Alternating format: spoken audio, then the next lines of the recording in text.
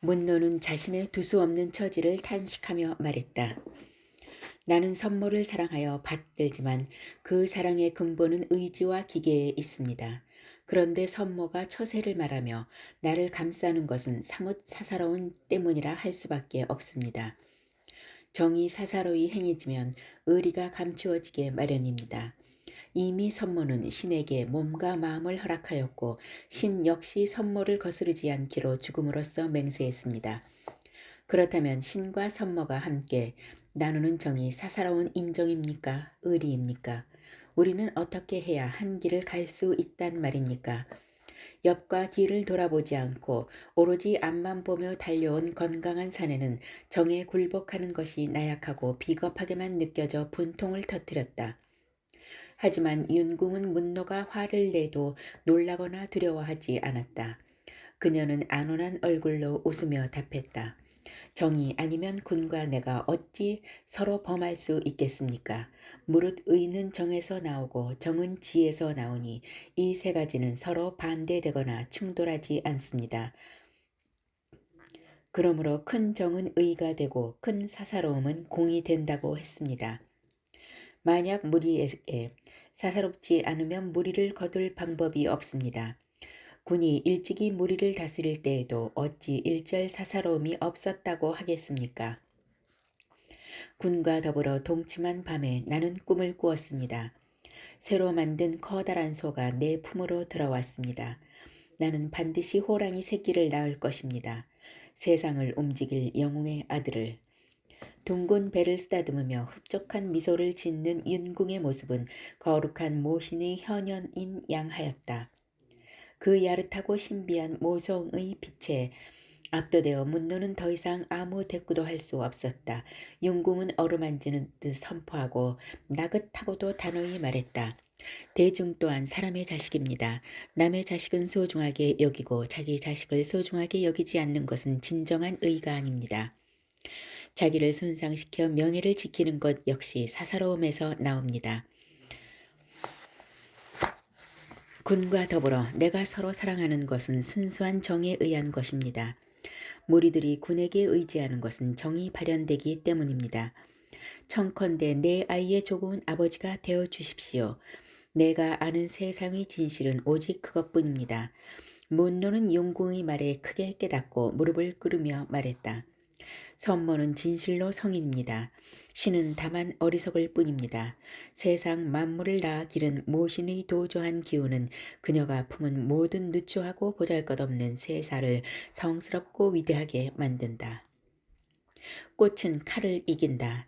살고자 하는 의지는 반드시 죽음의 충동을 넘어선다. 신라의 영웅은 드디어 어머니에게 투항했다.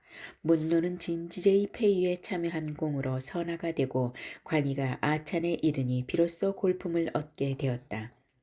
미실은 친형제에게 청하여 윤궁을 문노의 정처로 삼도록 하였다. 혼인하던 날 미실을 비롯한 진평제와 세종정군이 친히 포석사에 나와 축하했다.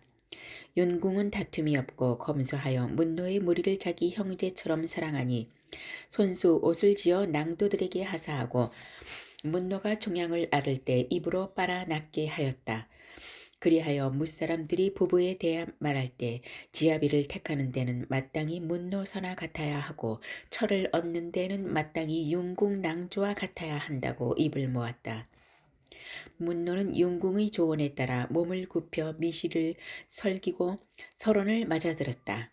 미실이 윤궁이 세상의 약하고 부드러운 것들이 마침내 이겼다. 탈해진 머리를 풀러 얼레빛으로 쓸어내리다 미실은 문득 보았다. 속절없이 소나기에 한 움큼 잡힌 머리카락. 그것은 마치 분분히 사라져간 젊음이 채 거두지 못하고 흘린 파편 같았다. 손을 펴 매작지근한 방바닥을 훑어보았다. 거기에서도 여지없이 빠진 머리카락이 손에 잡혔다. 한 오락이 한 오락이 걷어올려 살펴보니 모근에서부터 허옇게 센 것들도 몇 개 섞여 있었다. 바람에 나부끼는 버들가지처럼 길고 부드럽고 윤기 나던 유발도 왁살스러운 세월 앞에 무력하다. 머리가 새어 빠지기 시작한 것은 먼저였을까? 시력이 약해져 구석에 구르기 시작한 몽둥이를 헤어보지 못한 것이 먼저였을까? 미실은 더럭 의심하듯 저고리 아래 쌍봉을 움켜쥐었다. 바스락거리는 비단옷 아래 아직 탱탱한 탄력을 과시하는 그것들. 갓 서른을 오달진 나이였다. 하고 싶은 일을 많이 이루기에 앞서 하기 싫은 일을 마땅히 피할 수 있는 시기. 그만큼의 자유와 힘을 갖고자 미실은 여태껏 헐떡이며 온 힘을 다해 달려왔다. 그녀는 마음속에서 오락가락하는 상념을 떨치려 명경 앞으로 바싹 다가앉았다. 그곳에 맹렬한 기세로 세상을 쥐락펴락하는 아름다운 권력자가 있었다. 서둘러 불을 치고 연지를 찍었다. 불안은 여자의 화장을 두꺼워지게 했다. 번쩍이는 청동 거울 속에서 아름다움을 끝까지 포기하지 않으리라 다짐하는 여인이 눈썹을 축혀 올리며 유염하게 웃고 있었다. 지밀로 모셔갈 사자가 대령했나이다. 바깥에서 미실을 재촉하는 소리가 들려왔다. 곧 끝난다. 잠깐만 기다려라. 3주의 맹세, 3대에 걸쳐 황제에게 색공을 할 신하의 소명은 끝나지 않았다. 미실은 오늘 신명 진평제를 도할 막중한 사명을 받은 터였다. 진명제로 즉위한 백정은 고작 13살이었다. 하지만 어린 나이에도 불구하고 기골이 장대하여 힘이 넘쳤다. 색사로 인해 재통을 이은 자식들을 연이어 잃은 사도 태상 태우는 진평제의 많은 올바른 돈륜으로 이끌고자 하였다. 세계도 마땅히 길이 있으니 황제를 옳은 도리로 이끌어 다스리고 통하여 열어주는 일은 색공지신의 본래 책무였다. 사도 태상 태우는 애초에 보명과 미실에게 진평제를 도할 임무를 맡겼다. 보명은 부드럽고 향기가 있어 동륜태자의 죽음에 연루되었음에도 총애를 잃지 않고 미실과 마찬가지로 3명의 황제를 섬겨온 터였다. 미실은 자신이 보명보다 위가 낮고 골이 천하다는 이유로 보명에게 상도를 양도하였다. 하지만 보명은 그때 검은 까마귀 꿈을 꾸고 진지제의 유복녀 석성을 임신한 상태였다. 보명은 회임한 지 3개월밖에 되지 않았다는 것을 이유로 진평제를 받아들이는 일을 사양하였다. 그리하여 하는 수 없이 미실이 진평제의 동정을 다스리는 중책을 맡게 된 것이었다. 진평제는 어린 나이에도 의지가 굳고 식견이 명철했다. 그는 죽은 태자 동륜과 만호 부인 사이에서 난 자식으로 날 때부터 얼굴이 기이하고 풍신이 우람했다. 성군이 도래할 조짐은 여러 곳에서 나타났다.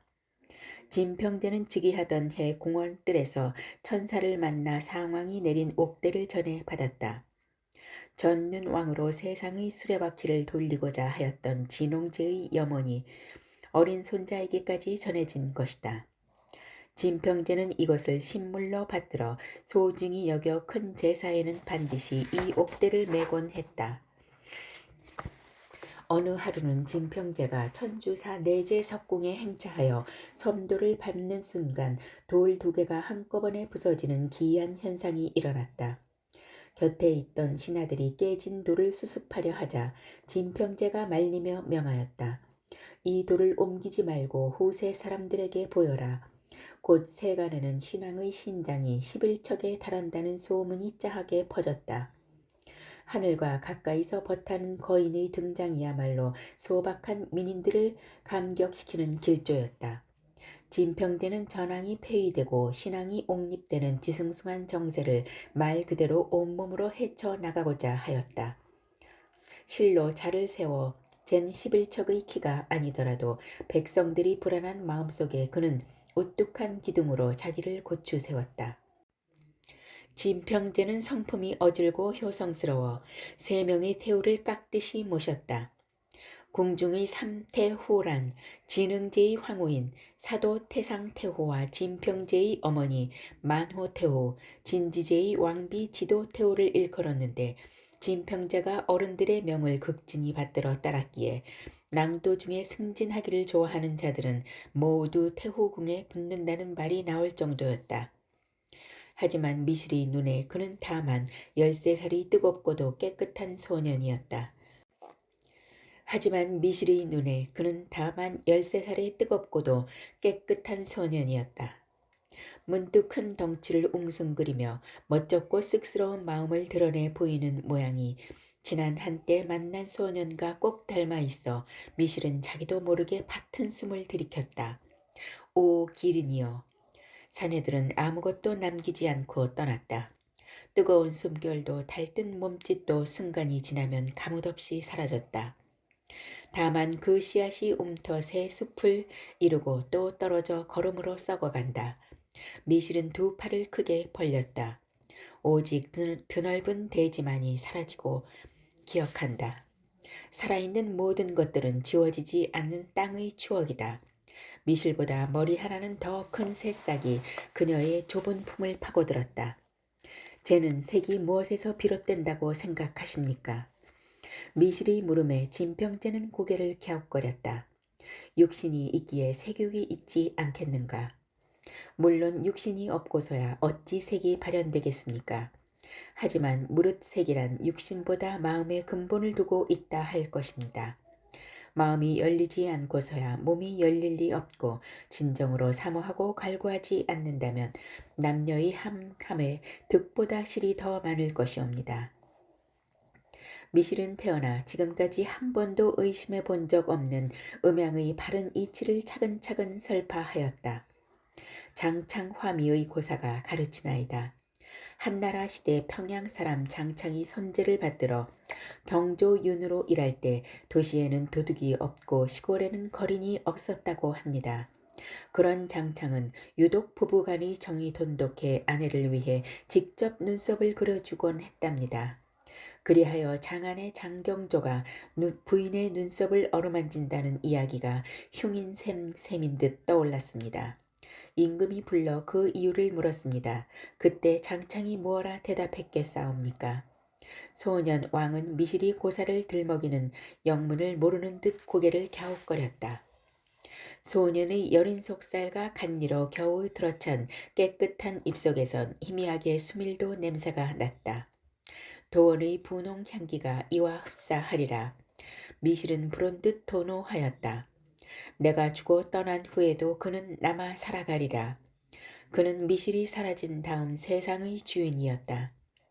미실은 어금님 사이로 미래새의 공포를 꽉 물고 빠르게 말했다. 장창이 말했답니다. 규방에서 일어나는 부부 관계는 눈썹을 그리는 정도에 그리지 않습니다. 라고 현명한 선제는 더 이상 그를 꾸짖지 않고 돌려보냈지요. 황자가 앞으로 배울 침실 생활과 방중술의 법도가 무릇 그러합니다. 놀라지 마시고 꺼리지도 마시고 마음을 열고 음양의 이치에 순응하소서. 미실은 천천히 어린 황제의 보채를 보듬어 교육하였다. 성교는 생활이면서 철학이었다. 햇살이 비치는 곳에 양이 있고 등진 곳에 음이 있으니 이로부터 덥고 추운 날씨가 있고 정과 반의 속성이 있다. 음과 양은 대립하면서도 서로 의존하니 하나의 음과 하나의 양은 모두 자연의 법칙에 위반되어 인간의 건강을 해하기 마련이었다. 그리하여 고대의 성학자들은 색사가 일상의 즐거움을 주면서도 또한 크나큰 재익이 될 수 있음을 경계하여 양생의 방법인 방중수를 중요시 여겨 강조했던 것이다. 짧은 생은 덧없다 하기에 밤은 한정없이 길었다. 미실은 알몸뚱이로 광대무변한 어둠의 공간을 달렸다. 달릴수록 그녀는 가벼워졌다. 달릴수록 젊어지고 달릴수록 아름다워지고 달릴수록 자유로워졌다. 어둠 속에서 별꽃처럼 빛나는 초록이 말을 걸어왔다. 나무와 사슴과 깨끗발로 물 위를 걷는 소금쟁이가 속닥속닥 기획말을 건네왔다. 그녀의 겨드랑이와 사타구니에서 연록잎이 피었다. 소년이 옹골처럼 깊은 입을 벌려 수액을 빨았다. 살아있는 찰나가 시원했다. 천지가 한 번 개벽하고 다시 개벽할 때까지의 거파와도 바꿀 수 없는 순간은 달콤했다. 남자의 속성은 불이요 여자의 속성은 물이옵니다. 불과 불은 상극이로되 오직 물만이 불을 다스려 끌 수 있습니다. 하지만 거듭 불꽃을 피워 올리기에 물에 잠식되어서는 안 될 것입니다. 음기를 거두어 기력이 100배 좋아지고 지혜가 날로 새로워지는 경지를 꾀하십시오. 양기의 보강에 집착하지 말고 한껏 음기를 기쁘게 만들어 쾌락의 기운이 뇌를 보양하도록 하십시오. 질병이 사라지고 청춘이 지속될 것입니다. 마침내 영혼이 죽지 않고 살 수 있을 것입니다.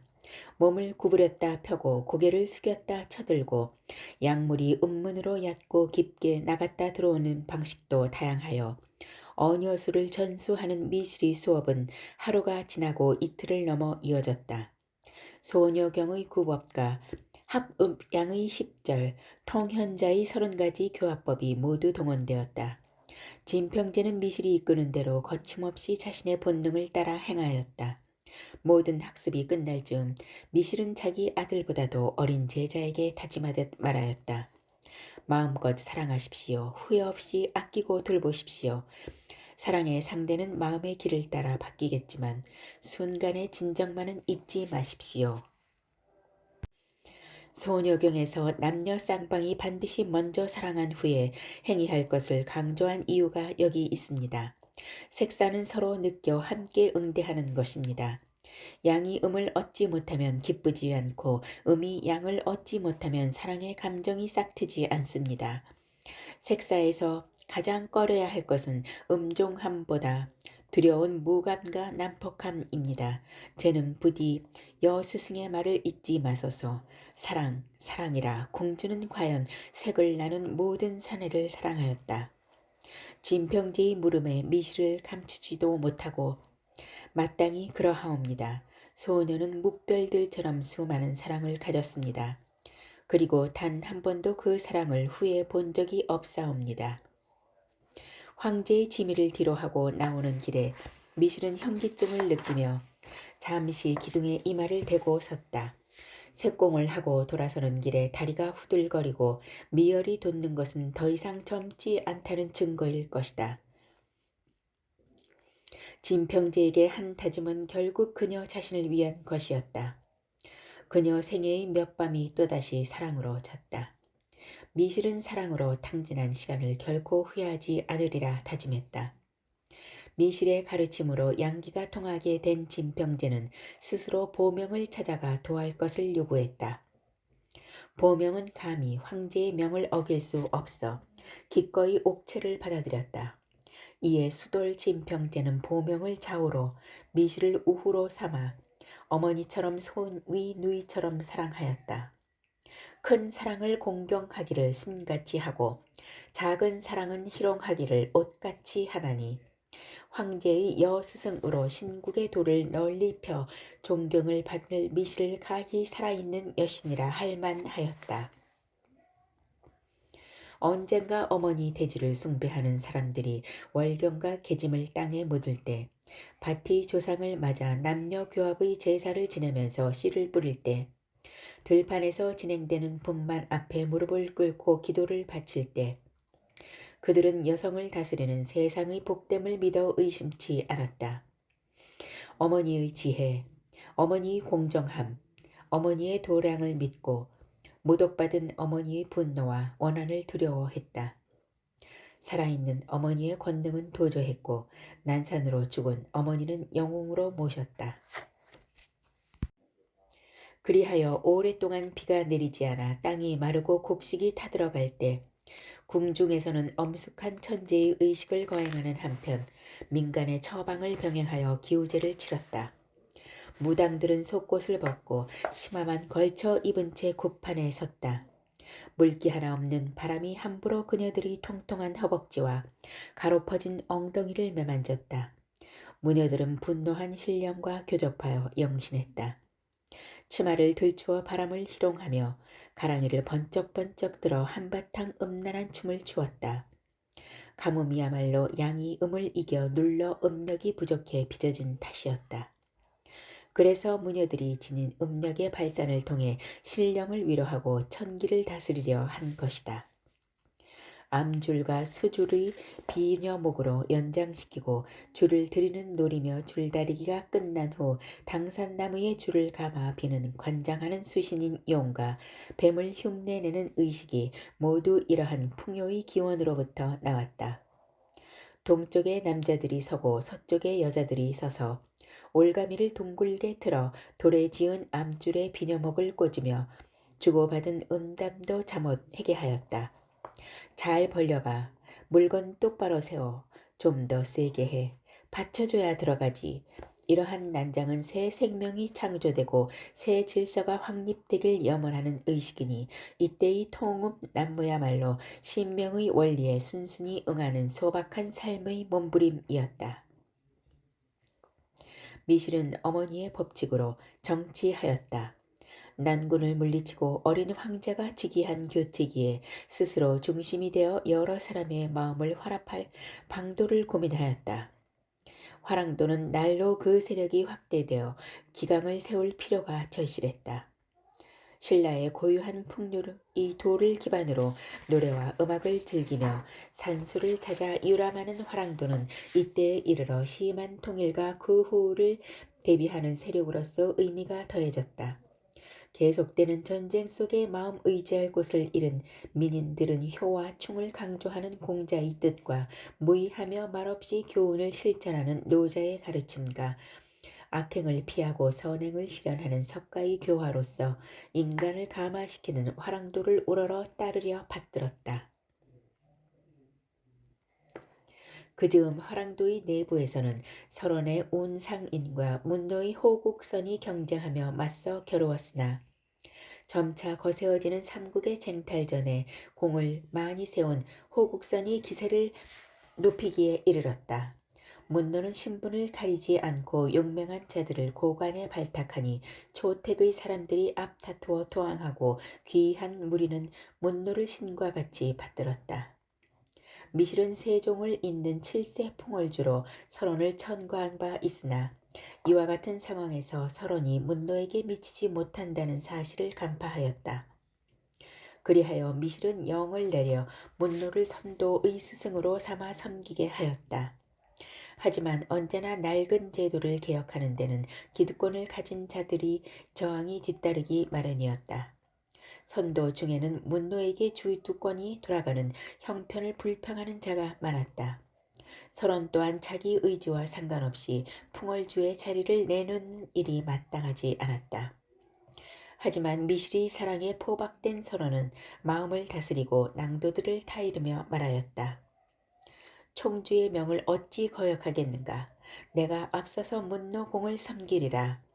어제까지도 엄연히 풍월주는 설원공이었다. 어찌 하루아침에 신분이 낮은 자에게 머리를 조아리는 수모를 견디려 하시나이까. 설원은 미실의 뜻을 헤아려 설명하였다. 국서는 애초에 전왕의 명으로 설치된 것으로 사실 풍월의 정통은 아니다. 하지만 세종 전군 또한 왕자의 신분에도 불구하고 기꺼이 사담공의 뒤를 잇지 않았던가. 이 모두가 미실 공주의 명에 따른 일이었으니 나 또한 그것을 귀하게 여겨 세종 전군의 뒤를 이었다. 지금 공주가 다시 양위를 명하시니 하물며 사형을 받들어 섬기라는 것을 어찌 감히 거역하겠는가. 사랑에 충실한 사내는 수치심 따위는 아예 모르는 듯 문노 앞에 무릎을 꿇었다. 문노 역시 미실의 명을 존중하며 따랐다.